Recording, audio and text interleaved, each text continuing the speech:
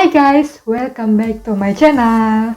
Bagi kalian yang baru nongkrongin channel gue juga, jangan lupa dicek juga video-video gue lainnya tentang traveling atau tentang kehidupan di Jerman dan juga tentang au pair, karena dulu gue juga ikut au pair di Eropa.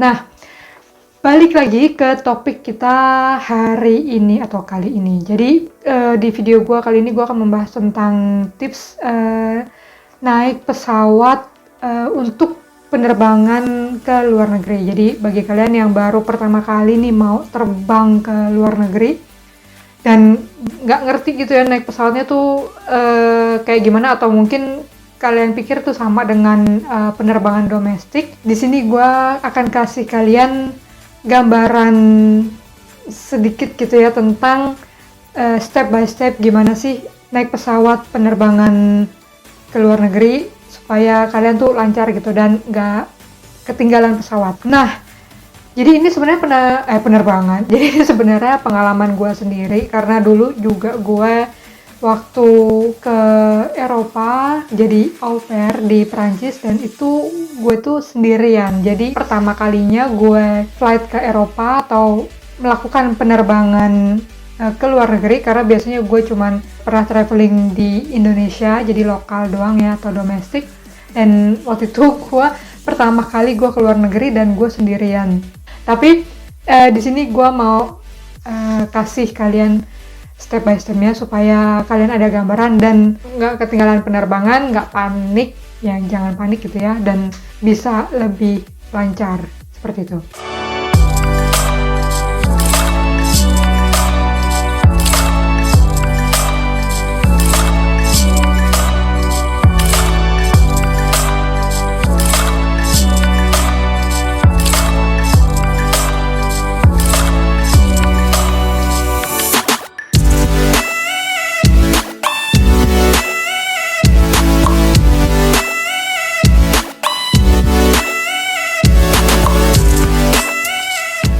Nah, langsung aja yang pertama, menurut gua kalian itu harus cek bagasi. Jadi setiap maskapai itu mereka punya peraturan sendiri.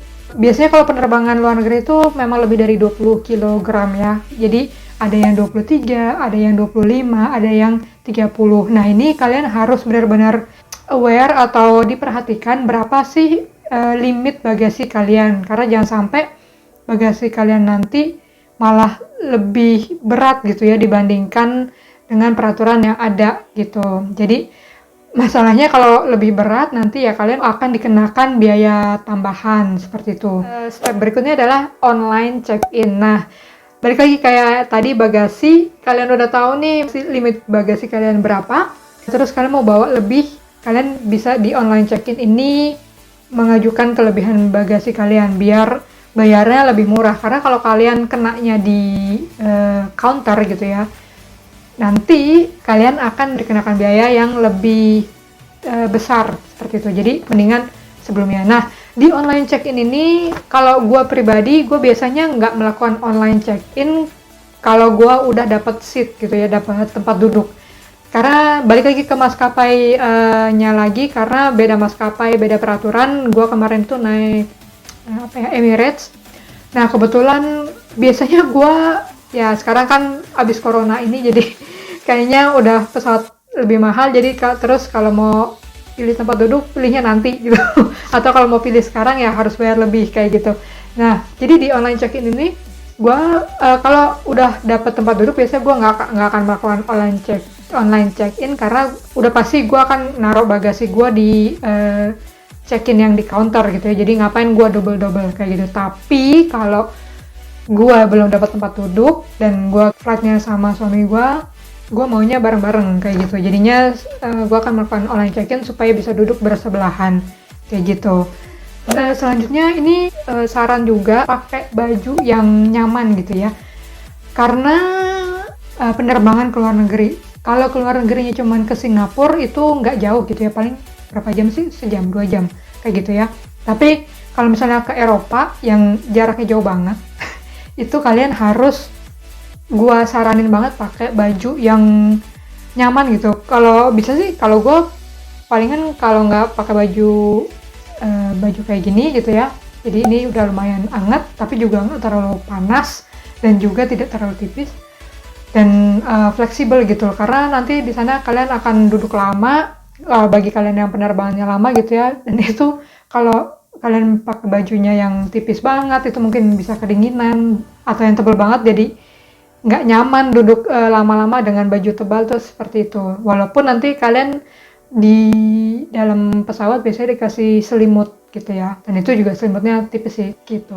Lalu yang keempat adalah jangan lupa cek terminal keberangkatannya di mana. Jadi penerbangan internasional itu biasanya kan tempatnya gede banget.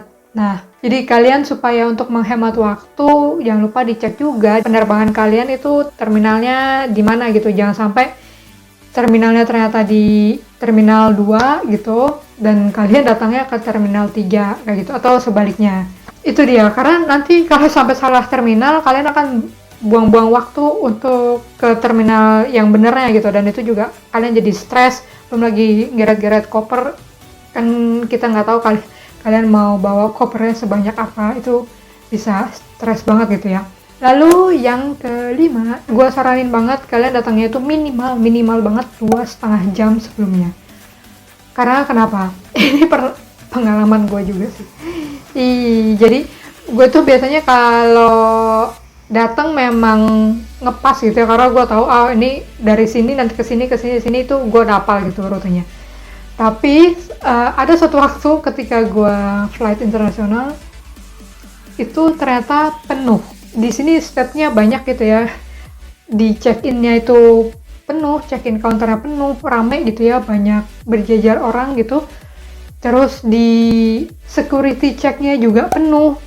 Dan itu lama banget dan kita hampir ketinggalan pesawat, dan plus itu kita udah sampai ngomel, bukan kita doang yang ngomel-ngomel tapi banyak orang, jadinya lama-lama kita nggak ngomel juga gitu karena gue waktu itu sama temen gue jalan-jalan mau traveling ke luar negeri, dan itu kebetulan memang penuh banget, dan makanya deg-degan dan panik. Udah nih pesawat udah lewat nih, nggak tahu deh, ya udahlah gitu. Dan kita masih di security check gitu ya.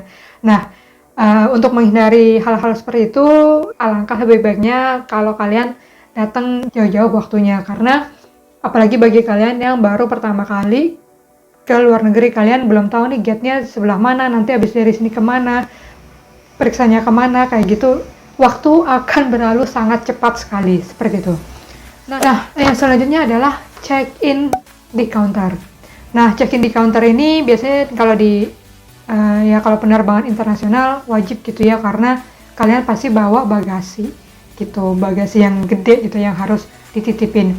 Nah, itu mau nggak mau kan pasti di counter. Jadi kalian mau nggak mau harus check-in di counter. Kalau udah check-in online, biasanya sih ada jalur terpisah gitu ya bagi yang udah check-in online, tinggal taruh bagasi aja, ini line-nya yang ini atau jalurnya yang ini, seperti itu. Nah, ini di check-in counter ini jangan lupa disiapkan juga kayak dokumen kalian, paspor. Penerbangan internasional biasanya dia minta kalau gini hari kayak sertifikat vaksin COVID gitu ya. Jadinya kalian harus siapkan juga, atau kalau di Indonesia biasanya apa namanya? EHAC ya, kayak gitu. Setelah itu jangan lupa dicek ulang lagi bagasi kalian apakah benar itu nggak melebihi kapasitas atau standar dari maskapai yang kalian pilih. Dan ini satu lagi yang penting di counter check-in, karena ini terjadi juga sama gua. Jadi jangan lupa tanyain ke mbaknya. Ini bagi kalian yang punya transit gitu ya. Jadi penerbangan ke luar negeri itu kan nggak selalu langsung datang atau tiba di tempatnya gitu ya. Biasanya kan kalian ada transit di negara mana dulu, kayak gitu biasanya.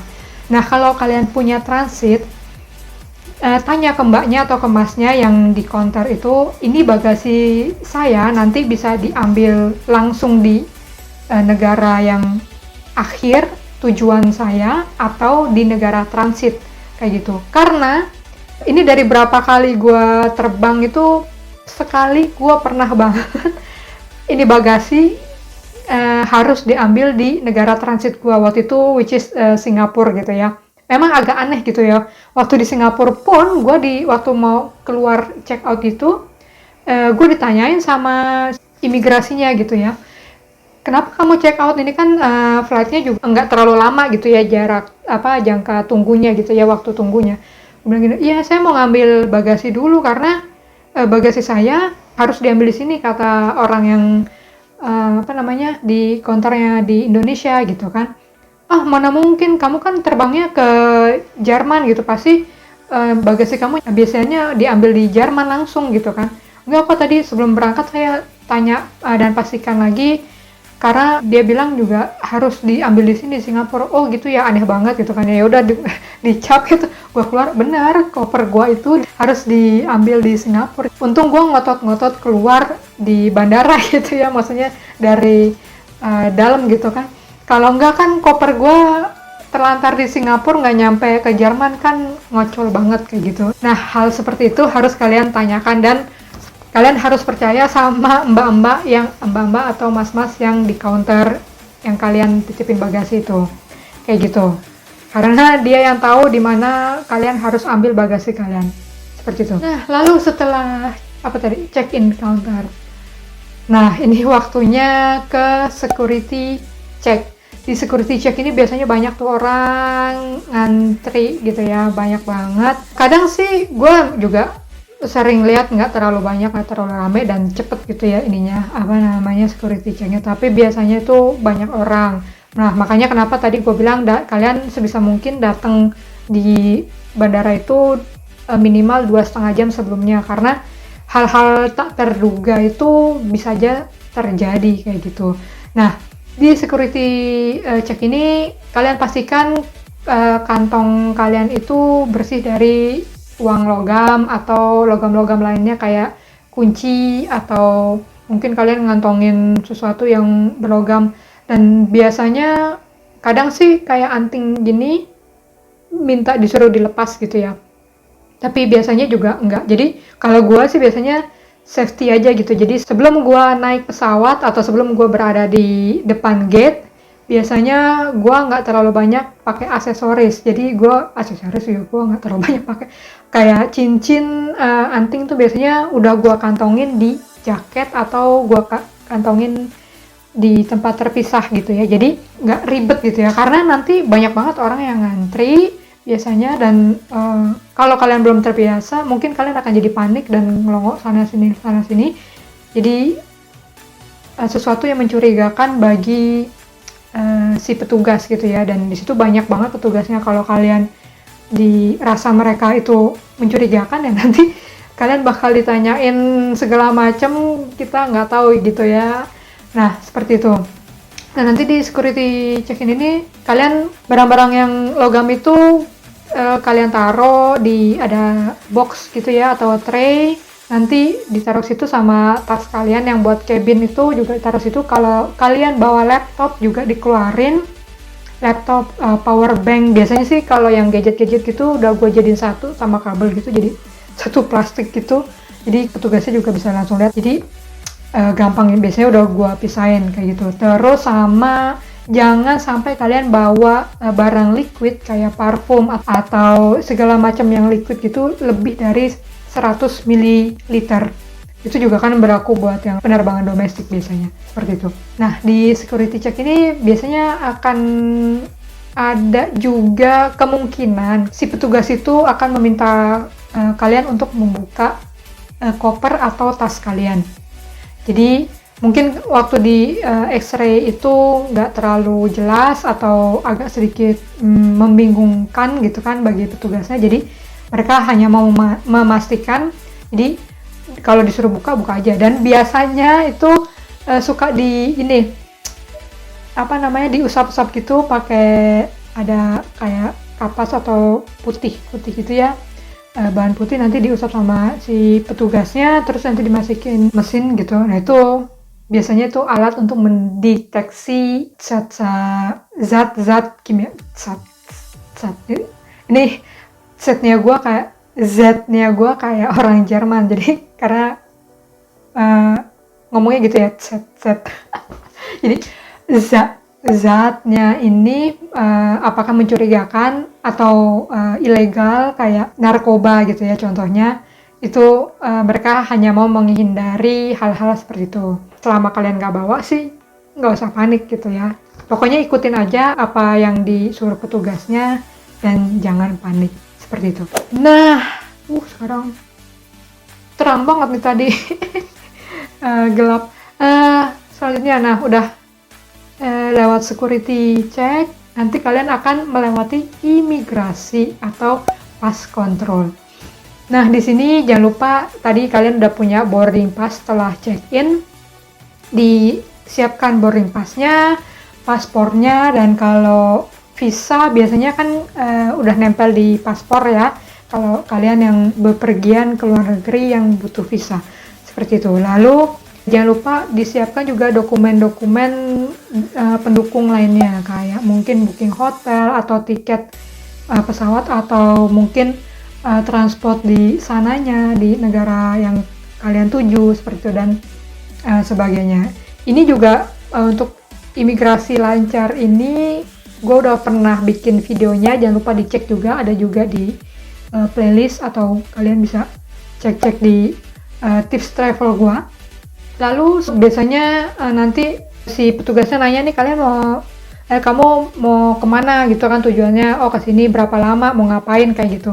Sebenarnya sih hal-hal biasa yang mereka tanyakan dan kalian nggak perlu panik gitu ya.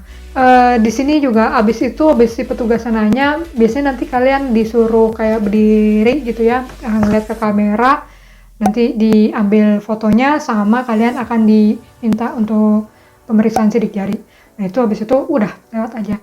Nah kalau udah selesai itu semua itu udah sedikit terlepas bebannya gitu ya, selama waktunya cukup gitu ya.